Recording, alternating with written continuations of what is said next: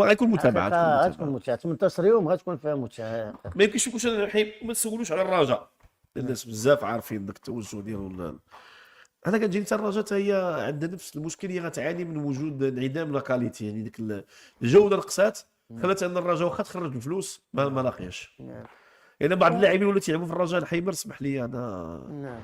ما كانوش يقدروا يتفرجوا فيكم، فما بالو يلعبوا معكم. حقيقه مع دابا احترامي وتقديري انا تندوي دابا على المستويات. الرجاء خصها تبحث على مشروع. هو المشروع اللي كان خصو يكون هو المشروع، لو كان هذا الاستقرار والشركه كانت تكون مع زنباو.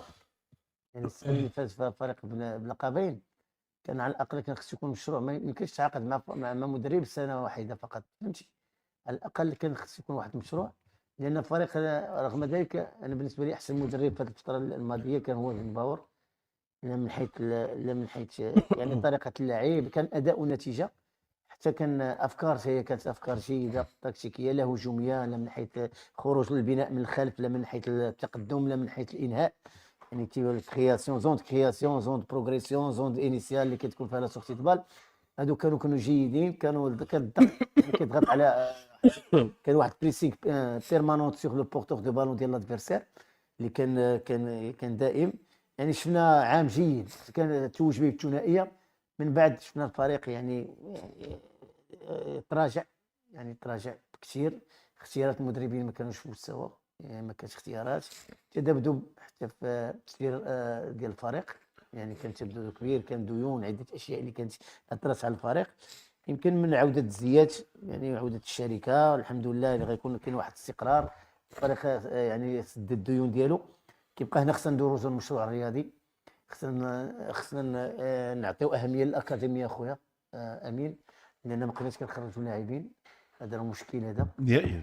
نهائي. خص الفريق يرجع للاكاديميه ويرجع يعني باش يعطينا لاعبين من ابناء الفريق ولا من الاكاديميه. يعني خص يكون واحد الاهتمام كبير بالاكاديميه، وما نبقاوش فقط نعطيو الاهميه للفريق الاول فقط. بالنسبه لهذه السنه يمكن تغيير الشابي في الدوره الثانيه، يعني فريق من حقه يمكن الشابي كافكار تكتيكيه ما نجحش، يعني ما نجحش، يعني ما يعني كنظن ان يعني كان انفصال عن الشابي كان قرار صائب، لان الفريق يعني هو جا السنه الماضيه حقيقه، يعني قبل بالعرض، يعني دار واحد بعض النتائج، ولكن يمكن كاداء الفريق اعتقد بلي حتى كان جاك العرض، انا حتى كان كنا جاك العرض. كنرجع العرض. ولكن كان يعني كان ذاك الوقت انا كنت باقي، يعني كان عندي حتى المسائل الماديه اللي كنت موعديني بها الفريق الاخر، تعرف.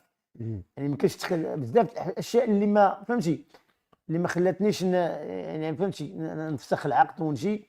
يعني حتى الظروف، عده اشياء.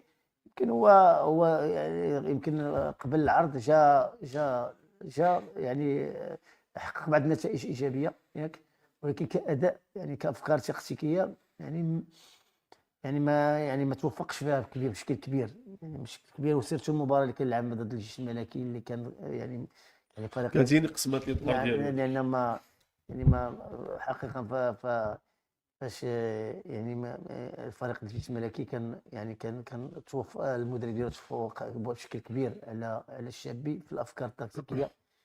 يمكن حتى لي ريكروتمون ما قدموش اضافه كبيره. يمكن حتى هي كان خويا محمد امين ما اللاعبين اللي هاد السنه اللي جاوا باقي ما قدموش اضافه كبيره. يمكن تم تغيير المدرب. يمكن هذا المدرب عنده افكار تكتيكيه كنخدم مع زنباور. هذا باش تقبل واحد بحال ذاك موزيس يلعب في الرجاء، امر غريب شويه. غريب، لا من حيث السن لا من حيث الكاليتي.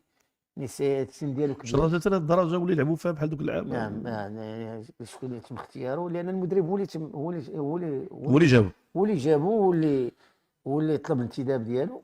ولكن كيبقى مدرب لاعب، كان لاعب عادي جدا. يعني ما فهمتش يعني كما قلتي ما عندوش المستوى باش يلعب في فريق كبير كفريق الرجاء البيضاوي. اولا فريق الرجاء البيضاوي خصك تعرف اخويا محمد امين من الفرق الصعبه. لان علاش؟ لان الجمهور ديالو ذواق، لان ما يسمحش انك تربح باي طريقه. حنا عشنا مع فريق الرجاء البيضاوي، حنا كاع بعض الاحيان كان عندنا فريق قوي وكنا كنربحوا، ولا ما الجمهور ادينا ما راضيش. بعض الاحيان ما كانش كيكون راضي وي. لانك ما قدمتيش ذاك المستوى اللي كتعرف. تصور انت كان معك مدرب سميتو مولدوفان يعني ب10 النقاط وتم التخلي عنه لانه كان كيدافع كثير، بلا ما نقول شي اسماء اللي كانت هي رغم حققت نتائج، ولكن ملي كتسجل هدف كتراجع للوراء. وي اسمع من هؤلاء الرجاء ما كانش الجمهور كيعجبوني ديك كل الناس علاش المهم نبقاو في يعني دابا جمهور الرجاء البيضاوي صعيب لانه هو ذواق، هو تيقول لك انا خصني اداء والنتيجه، خصني نجي نهار المباراه خصني نتمتع، يعني ما خصنيش نبقى شاد بقلبي حتى الدقيقه 94 تيزيد في الاربعه، لا، حيت كاين بعض الاحيان شي فروق كيقبلوا هذه المساله، شي جمهور كيقبلها رغم ان الفريق ديالو مستقبل ومضغوط ولكن كيتاثر وكيخرج فرحان. الرجاء لا، الرجاء فريق ديال الجمهور ديالها ذواق من قديم، يعني تقريبا يعني ما تبدلات الامور ولاو شي وحدين دابا مع تغير المجتمع السي رضوان راه مابقاش ذاك الجمهور اللي كتعرف، لا راه ولاو شي وحدين كيطبلوا شي ولكن لعابه وداك الشيء ضعيف. دابا الرجاء تقريبا هذا الجمهور هذا على دار واحد القاعده كبيره ديال الجماهير، نقدروا نحسبوها اكبر قاعده جماهيريه باش بطريقه اللعب، وطريقه اللعب محافظ عليها، كاين لا دي ان فهمتي، من الفروق القليله اللي بقات محافظه على لا دي ان ديالها فهمتي، لان لا دي ان شيء مهم عند الرجاء البيضاوي، الفريق اللي كيدير الهجمه المنظمه كيحب الاستغواد والضغط العالي، اي مدرب جبتيه خصو يكون يمتاز في هذه المساله ديال الاستحواذ والضغط العالي، يعني خصو هو اللي يكون عنده كره وما يتراجعش، وحتى لا سجل هدف ما خصوش يتراجع، خصو يبقى مهاجم فهمتي، يخرج عكس المباريات اللي شفنا في المباريات اللي مع المدرب فاضلو، لان انا ما نقدرش نحكم على مدرب ما خداش الوقت ياك، لانه تقريبا جا 3 حصص تدريبيه، اول مباراه مع الدفاع الحسني الجديدي ما حسبهاش لان ديكليك، كتعرف ديك ديكليك 95% في العالم كامل كيكون فيها انتصار و3% تعادل و2% اللي كيكون فيها هزيمه، اي ديكليك رغم ان داك الديكليك واخا تقدر دير حتى شارج ماتريال تقدر تربح اخويا امين كي كيكون الديكليك، معروف هذه كتوقع الرجاء انا كنقول لك دابا دوك المباريات 3 مباريات ما نقدرش نحكم على المدرب، علاش؟ لان كنت انا حضرت في الملعب، لا مباراه الشيره ولا مباراه ديال كوكب مراكش، يعني الفريق ما قدمش ما يشفع له من الانتصار، يعني كان ينهزم وكان يتعادل، يعني ما كانش الافكار ديال ما كان ما مسيطر ما شاد ما كانش سيرتو ما كانش حلول هجوميه، لان ملي كتلقى الفريق الاخر كيدافع بلوك ميديان ولا بلوك با ما لقيتيش حلول هجوميه، انا ما كنهضرش على كيفيه خروج الكره من الخلف، كنهضر لك على كيفاش كتلقى ديزيكيليبر فينير، كيفاش كتلقى لا زون كرياسيون ما كاينش حلول. لا لاحظتي الهدف اللي تماركا مع الشيره تقريبا كيبقى تيقدر مجهود الشخصي ديال النفاتي كيفاش طلب المساحه وكيفاش نهاجمها بزاف ديك لا تكنيك، وكيبقى ليكستيريور ديال مكعازي، يعني هذه ماشي مدرب اللي دارها، يعني هذه مجهود ديال التقنيه ديال جوده اللاعبين. الهدف شاف من ضربه جزاء من الخطا ديال المدافع ديال الكوكب، يعني ما كانوش حلول هجوميه، علاش؟ يمكن ما خاص الوقت، لان ما خاص الوقت وخاص لاعبين في الهجوم، خاص فريق يتعاقد مع فريق مع لاعبين في الهجوم. بالنسبه للدفاع فهو يعني احسن دفاع في البطوله، حارس المرمى في مستوى، وسط الميدان نقدر نجيبوا مثلا تبحث على واحد صانع العاب ولا لاعبين اللي غيساعدوا.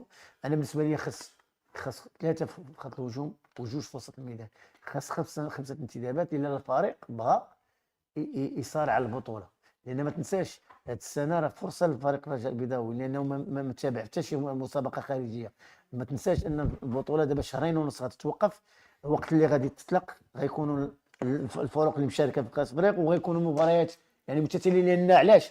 لان لو 30 ماي خصك توقف البطوله على قبل كاس العالم، كيفاش غتلعب ويلا البطوله تلعب فيها 8 الجولات، يعني الفريق غير معني بالمشاركات، الا كان الى تقريبا دار واحد 5 انتدابات مستوى بالنسبه لي غيكون منافس، الا ما جابش صعيب يكون ينافس على البطوله هذه السنه ولا كاس العرش. غنشوفوا رضوان قريبا بشي فريق ان شاء الله، يعني باقي ما كاين قانون جديد، كان تطرح الاسم ديالي في شحال من فريق في البطوله قسم الوطني الاول، ولكن كاين اللي ما بدلش، كاين الفرق اللي ما بدلوش لانه حققوا النتائج، وكاين اللي كان ما تمش اختيار الاسم ديالي.